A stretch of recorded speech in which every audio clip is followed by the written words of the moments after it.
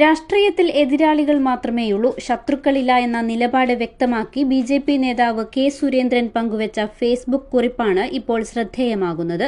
മഞ്ചേശ്വരം മണ്ഡലത്തിൽ തന്റെ എതിർ സ്ഥാനാർത്ഥിയായിരുന്ന യു.ഡി.എഫിന്റെ എ.കെ.എം. അഷ്റഫിന് മന്ത്രിപദവി ലഭിക്കാത്തതിലുള്ള നിരാശയാണ് സുരേന്ദ്രൻ കുറിപ്പിലൂടെ പങ്കുവയ്ക്കുന്നത്.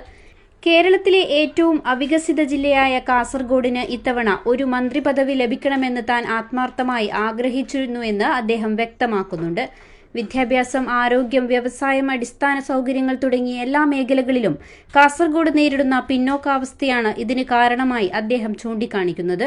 ഈ സാഹചര്യത്തിലാണ് മഞ്ചേശ്വരത്തു നിന്നും മികച്ച ഭൂരിപക്ഷത്തോടെ വിജയിച്ച എ.കെ.എം. അഷ്റഫിന് മന്ത്രിസ്ഥാനം ലഭിക്കാതെ പോയതിൽ അദ്ദേഹം പ്രതികരണം രേഖപ്പെടുത്തിയത്.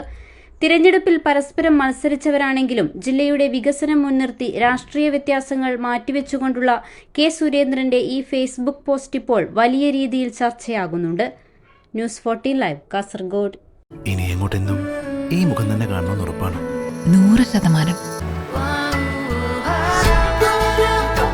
100 വർഷം സുമംഗലിയായിരിക്കട്ടെ. 100 വർഷങ്ങളായ ബന്ധങ്ങൾ, 100% ഉറപ്പ്. ഭീമയുടെ സംശുദ്ധി.